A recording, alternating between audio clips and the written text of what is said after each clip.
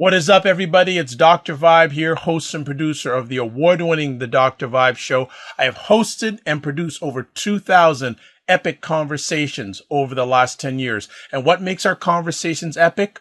We don't do interviews. We do conversations. What is up, everybody? It is Dr. Vibe here, host and producer of the award-winning Dr. Vibe Show. As always, I'd like to say you're blessed, highly favored, a magnet for miracles, and a solution for someone's problem. Also know that I'm a certified empowerment coach and president and CEO of Express Your Vibe Coaching and Communications. And this is the home of Epic Conversations, and I'm the host of Epic Conversations. And lately we've been bringing on new friends onto the Dr. Vibe Show, but we're taking a little U-turn tonight. We're going back to some of the old school. Some of the old school is back with us. And I don't mean that in age, but in experience on the Dr. Vibe Show. And friend-wise, we have Rodney Kellum on the line. He has discovered the power of speaking life into existence, in addition to accompanying some major milestones such as playing Division I basketball, being internationally recognized by CNN for the book he co-authored titled What Your Name Is, and that's I-Z in America, Z in Canada, What Not to Name Your Child, and launching Speak Life Inspirational Speaking. He's learned the extremely valuable lesson that this is his most important work, and it's done as a husband and father. His life changed when he was forced to choose between his then dream job and his then very young first child, Randall, who was sort of not behaving properly before we came on live, but Rodney's got the situation under control. Once he chose Randall over what he thought of his dream job, his paradigm shifted, and fatherhood became an inspiration for him doing everything that he does now. When you hear him speak, you'll learn the tools to go from motivation to inspiration, as well as the absolute power you have to create the life that you want, beginning carefully, choosing, and speaking life-changing words. He's based out of Atlanta, and is available for you to have him at any one of your events, whether it's in Atlanta or outside Atlanta. So over the next few weeks, he's going to be here with the Speak Life series, and he'll be having conversations varying from fatherhood, faith, manhood, and rejecting mediocrity and accepting greatness. So welcome back. And we used to hear him on Sunday nights. Now we're seeing him on Sunday nights. Rodney Kellum. What is up, Rodney? Hello, Dr. Vibe, and thank you so much for allowing me to have this platform with you. It's good to be back in your presence and getting to speak to your audience, getting to speak life into your audience. And I thank you for that intro and allow me to do this series with you because I believe it's important. I truly believe that your audience is going to get value from it. And, from being a former workaholic, my experience with workaholism, having a fire in our home, which led to temporary homelessness, having to literally choose between my son over what I thought was my dream job. It all propelled me to be a better husband, father, and entrepreneur that you see today. And so tonight we're going to begin a three-part series of the Fatherhood series. And we're going to talk about tonight's topic, which is she's pregnant, now what? I'll be covering some of the most common things that men think when we find out we have a child on the way, and how to handle the internal challenges that we as men face. Also, next Sunday, next Dr. Vibe, same Dr. Vibe time, same Dr. Vibe channel, I'll be talking about, hey daddy, what's next? Once your child is born, what's the next steps? I'll provide some insight on those things. And to conclude the Fatherhood series, I'll be talking about fatherpreneurship, making fatherhood your business. So you don't want to miss any of these episodes. You don't want to miss any of the conversations. They're always epic, as Dr. Vibe puts it. And just make sure you tune in, mark it on Twitter, make sure you share on social media, because I want as many men and parents to tune into this so you may get some value. I'm going to talk about things that maybe men don't like to talk about, but we definitely go through. So one of the first things you think of when you hear those words, I'm pregnant. It might be in slow motion. I'm pregnant. It's positive. How will I provide for my growing family? As a man, that's sort of at the core internally of who we are. We are providers. We're protectors. We're coverers. We're leaders of our homes. And that's just natural. Whatever your faith background or belief background is, I believe you're going to agree with me on that one. And so I remember the day I was in a parking lot of a grocery store down here in our area called Kroger, and my wife had taken a pregnancy test and called me. And it was really interesting that the way I replayed in my head, and when she told me she was pregnant, is this sort of time sort of stopped.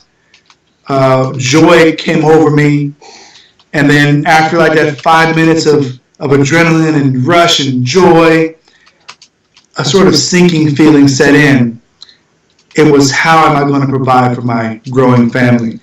I know I'm going to need diapers. I know I'm going to need wipes. I know I'm going to need clothes. We're going to need a bigger home. Blah, blah, blah, blah, blah, blah, blah, blah, blah, blah. And my mind started going a mile a minute on what do I do? Oh my God, I'm not good enough. And I can almost guarantee every man at almost every economic level, you think about these things in some form or fashion. And I'm here to tell you that that's normal, that it's a good thing that you think that way. Because one, it's a sign that you are going to be there for your family. And your family's going to need you. And one thing that really put me at ease was the story of a mother that I was a coworker at the time. She's a mother of 3. She's a former Marine, or once a Marine, always a Marine. But she had become pregnant while during her time of service. And she had a superior officer who told her, who had like 5 kids, never worry about the money. It'll always come. And it's sort of a shifting in the way that you think. Usually it's the other way around for most men. You're thinking logically, make the money, then kids come. And sometimes it doesn't work out that way. There's plenty of young fathers out there. I hope you're listening. There's fathers who may have children later in life, and still maybe you don't have all your ducks in a row. But I'm here to tell you through experience, it sometimes takes that catalyst of becoming a father for you to begin to think differently and operate in a way that no can't be an answer, because someone's depending on you that isn't you, that isn't your chosen partner. You have somebody that's completely dependent on you to feed them and clothe them and love them and care for them and hold them and be there for them. And so it's a lot, but I'm here to tell you that you can handle it. Before you have a child, you may have moments of great motivation. And motivation are things that may come and go, may ebb and flow, may get you filled up, and then you may feel empty. But I'm here to tell you, when you have a child, when that little baby comes out, and you get to look them in the face, you become a different person. I truly believe that being a parent allows you to experience God's love in its most purest form. I don't think we can love something more conditionally other than being a parent. So, baby comes along, I'm here to just encourage you. Yes, continue to think logically. Yes, put a plan down, write it down. Either start a business or, further your career, get a career. Do what you have to do, but keep it all in perspective, that your job is to be there for your child. The second major point I want to touch on, and as men, because we can't have the babies, we can't hold the babies or grow them inside of us and birth them, the question you may ask is, what is my part in this process, and how do I help? There might be times where you really feel helpless. So I'm here to tell you, 1, listen to mommy. Whether you're with the mother in a relationship or romantically or not, you are now in a lifelong partnership until death do you part, because you're always going to be that child's father. So you got to support the mommy. Supporting mommy is the best and most consistent thing you can do and should offer. The fact that mommy will be doing all the hard work, because let's be honest, they are, being empathetic, being supportive all the long way. When my wife was, giving birth to our first son, she was doing wonderful. And some things you'll learn later, I'll come back maybe in another episode about what happened. But she was sort of forced to have a C-section. And the moment that she sort of accepted that she had a C-section and broke her concentration and pain came over her body, she was doing fine before that, by the way, it was the most helpless I've ever felt in my entire life. She's being wheeled in that gurney into the operating room. Because she hadn't had the epidural, I know I could not be present anymore. I couldn't see my son being birthed for whatever rules they have, whatever their reasoning. And so it was all on her and in God's hands. And I prayed, and I just remember that sinking feeling of, God, I can do nothing about this right now. So yes, men, it's okay. It may happen to you, that helpless, hopeless feeling. That's why support, emotional, physical support. You may have to hold and hug your partner, your spouse, your woman. Support them in every way that they need. They're going to verbalize it, whether it be nice or not so nice, because hormones are crazy. Just accept it. Those hormones are helping the baby grow. It's okay. And just being there. Being there is one of your superpowers during this time. So she got wheeled into that operating room. I had to leave it in God's hands, because I'm not a surgeon. I'm not a doctor. And most of you watching will not be doctors either, or you won't be handling the birth of your child personally. I'm sure there's a conflict of interest, whatever. So your support is paramount. Support them in every way from beginning to finish and until your own natural death, because you love that baby, and I hope you have at least admiration for the child of your mother, because what she's going through to grow your family, it deserves your respect, it deserves your patience, and it deserves your support. And I'm also going to talk about not just being, how do you help in this process? Should you be present during the birth? Quick answer, yes. Some things you can't redo, and that's going to leave an imprint on the mother of your child. It's going to leave an imprint on your child, because in those first few moments, in those first few days, contact with you and everyone that loves them puts them at ease. There's been studies that show links to when children don't get love from their parents early in life, especially in those first few hours, first few days, it affects their behavior down the road, whether it be anxiety, depression, bad behaviors, which we call bad behaviors, acting out in school, having an inability to have good relationships. It all stems from the very beginning. And when that baby comes out, most doctors now, they want to give you skin-to-skin contact. You can't have that if you miss out, if you're not present. So the answer to you, should you be present at the birth? Yes. If you can be in the room and see mommy give birth, yes. I want you to get over the ickiness, because it's absolutely beautiful. It allows you to look at women, especially the woman that you're having this child with, in a completely different light. How God has created them to give birth is amazing. You won't objectify them as much as you used to, if that's something that you used to do. I got my 1-year-old walking around here right now. I know you got a good audience going on in the background. Yeah, he wants to come here live, right, as he messes up some papers. And be patient as a dad. We'll go crazy. So being present during the childbirth, if you can take Lama's class, take that too. Helping coach your woman, helping her breathe, getting her ice chips. It means the world. And let me just tell you, if you're not there, you're going to regret it. You're going to regret it. Hey, Braylon, come to Papa. He's drumming. No problem. You're going to regret that moment that you can never get back. Rodney, let me just ask, how much mentorship guidance of this type did you have, if at all, before you became a brand new dad? That's the thing. When my wife told me she was pregnant, and I went to the Googles, adding an S on there, just looking for support, because I didn't have anybody else around me that was a new father, or most of the men in my life were 10, 15, 20 years old, and their children were older. And, men in general have an issue with speaking. So I didn't have anybody to really coach me. I had to just go with it one day at a time, one week, one trimester at a time. And I was really disappointed when you search in Google, fatherhood groups or what do I do, enter question, there really was no answers. There really were no support groups. There really were no online resources.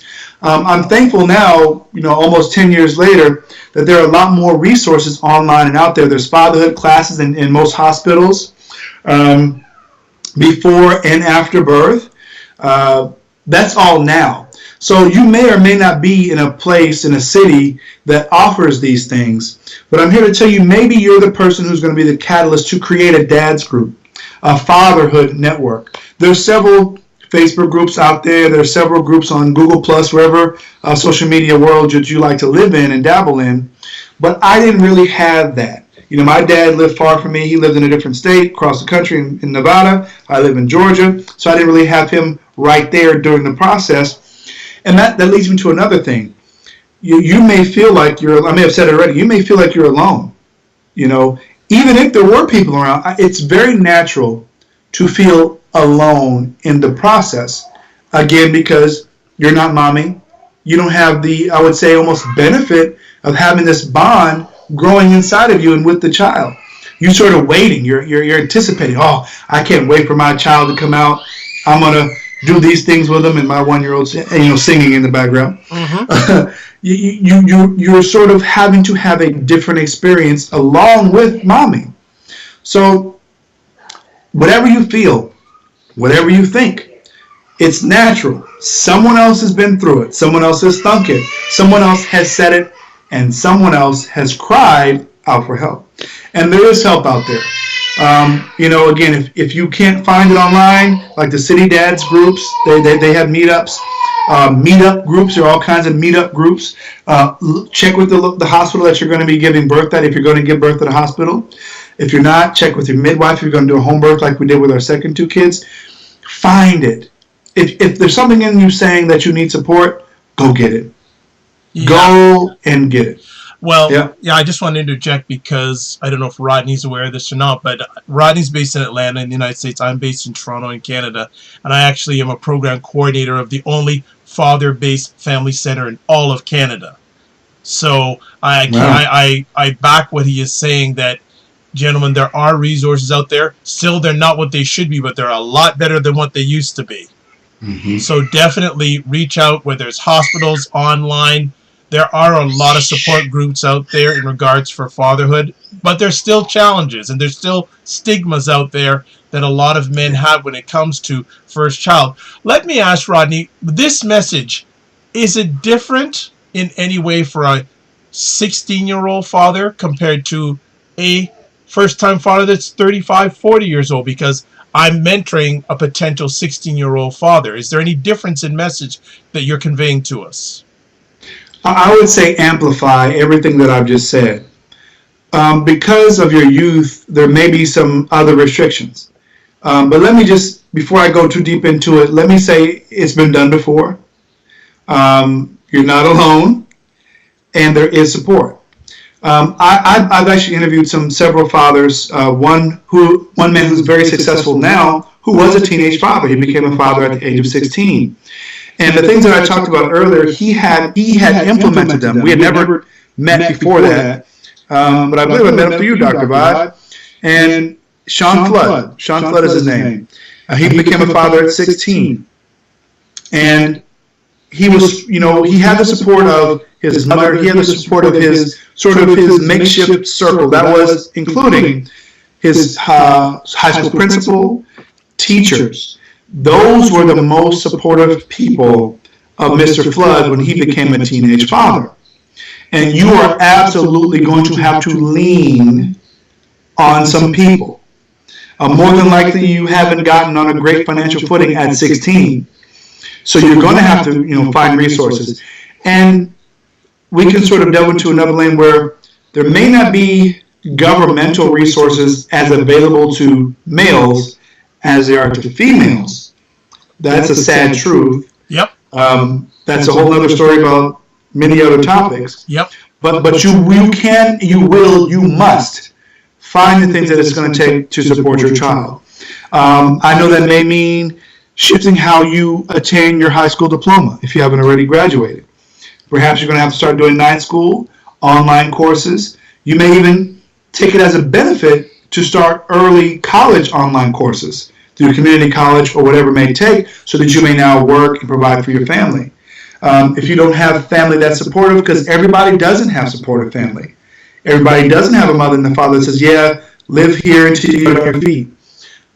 I would really start looking for resources right now. And I can't call them, what that is in Canada, but I do know around the world, around the globe, in the U.S. for sure, that there are resources if you just keep looking, keep on searching, keep on Googling. And most importantly, just know that just because you're young and maybe, this wasn't planned, you have everything on the inside of you to do what it takes to be the best father possible. And I got encouragement for that from reading Dr. Monroe's book called The Fatherhood Principle. And one of the major illustrations he laid out was to show the potential of a seed. Most people look at a seed and say it's a seed. But he made clear that a seed is not just one seed, but it's potentially an entire forest. Everything to go into that soil and sprout up and to reproduce a seed and sprout up and make another tree is inside of that seed. And everything inside of you to be a great father, even a husband if that is your desire, and I hope it is already there. Either you had a great example of what to do or great examples of what not to do. It's there. Take it and run with it. Nice. Very, very nice. What effect do you think it's having on society now where more and more men are becoming first-time fathers later in life? I would say you could say that's a good thing. And I say that because men, sadly, and it's true, I had to find this out the hard way, mature slower than women. And not necessarily, usually that's physical too, but when it comes to the mental and emotional things and thought processes it takes to be responsible for and successfully raise a family, it helps to wait. It helps to take your time. And I think the most important factor why people are waiting until, I'm 36. Some people are waiting until 36 and waiting until 40 as men to start families. And I just really think that maybe they when they were younger, they thought ahead. Like, man, I saw my dad have me when he was young. My grandfather had my dad when he was young. And you sort of see the struggle that ensues versus waiting maybe 5, 10 more years when you're 25, 26 years old, maybe even 30, where you're economically in a place more stable, where you're thinking differently. Because when you're, let's just say a teenager, you absolutely think differently than you do as a 30-year-old man, a 25-year-old man. So, I know there's a lot of conversation about women, wanting to start families and where all the good men at. Well, they're taking their time. A lot of them are taking their time, and that's not necessarily a bad thing because you want to build strong families. You want to have solid families on good foundations. You want a man who's at a place that he can come along into your life and add to it and say, whatever we bring into this family, this life, I'm ready for it. The men that aren't engaged in their children's lives, maybe a woman was ready and the man wasn't ready. Maybe she had thoughts in her mind that the man wasn't thinking. So I would encourage people to take your time. Slow down. I know women have that biological clock thing going and it's hard to shut off. But maybe it's time to just listen to some more logic and taking your time so you can have the best quality of life possible. Very nice. Very nice. Anything else you want to add to our conversation this evening on the kickoff to the Speak Life series? Yeah, I just want to say, going from having no children to fatherhood is a perfect example of going from motivation to inspiration. Inspiration is that thing that never dies. Once you find that your baby's born and that love is there, it's never going away. You'll never ever stop being a father, no matter how old your children get, when they're babies to when they're grown to when they become parents. And it's a joy. It's a joy, and it's a fuel. And if you haven't really been much of a man that hasn't taken much initiative, whatever that dream is that you have, your child should be that inspiration of why, when you're working jobs that you hate, that you keep pushing forward. When you have that business idea on the inside of you that makes you take action. When there's those things that you've been wanting to do your whole life that benefit your loved ones, that you take action and do. Allow the birth of your child, the news of a coming child, to put you into action and to say, you know what, I'm inspired. I have a flame that will never go out. I just want to encourage everybody that's tuned in tonight, that's listening to the sound of my voice. I want you to reject mediocrity. And your mediocrity is everything that you've done so far that has not lived up to what the vision is on the inside of you. And move to inspiration. Move from motivation to inspiration and embrace your greatness, your gifts, your talents, all those things that God put on the inside of you to give to the world, to give to others, to sow so others may benefit, including you. Do that from mediocrity to embracing your greatness, from motivation to inspiration. Live life inspired. And thank you so much for listening. Tune in next week. I know Dr. Bob may have some other comments, but you don't want to miss a moment of this. I'm just heating up. This series is going to get better and better each week.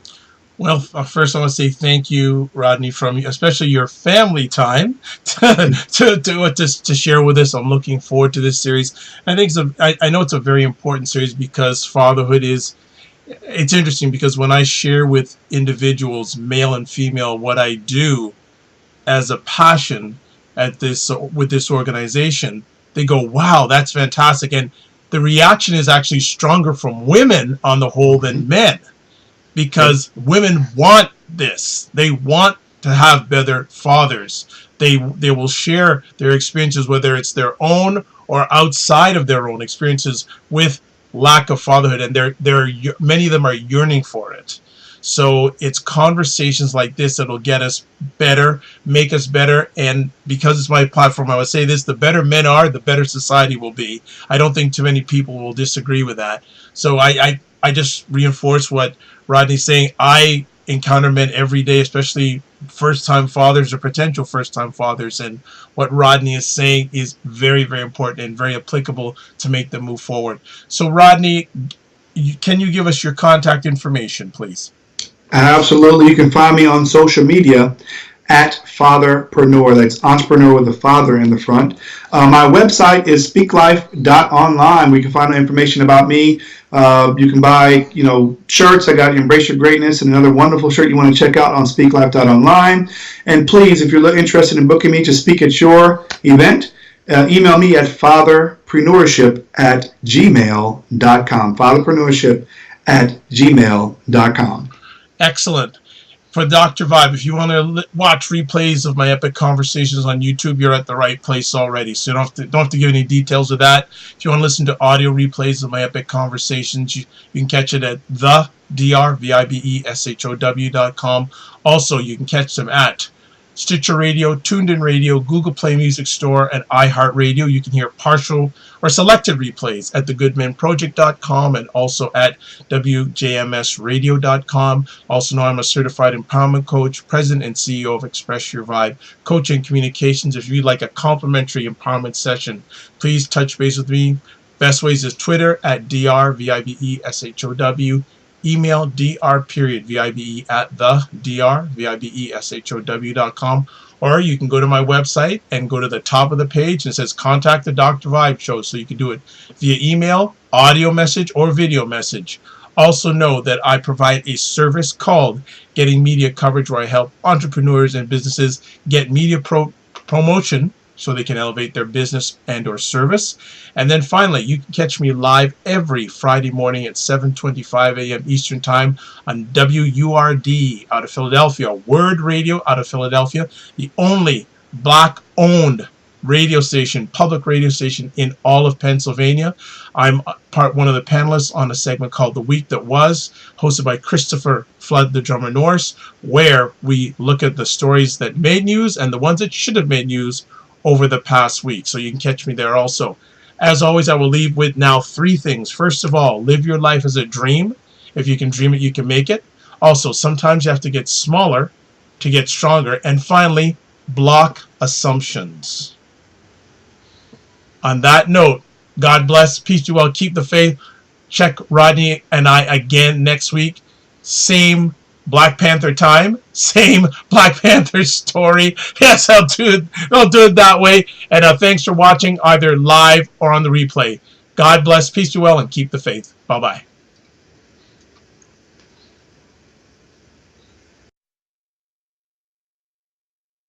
What is up, everybody? It's Dr. Vibe here, host and producer of the award-winning The Dr. Vibe Show. I have hosted and produced over 2,000 epic conversations over the last 10 years. And what makes our conversations epic? We don't do interviews. We do conversations.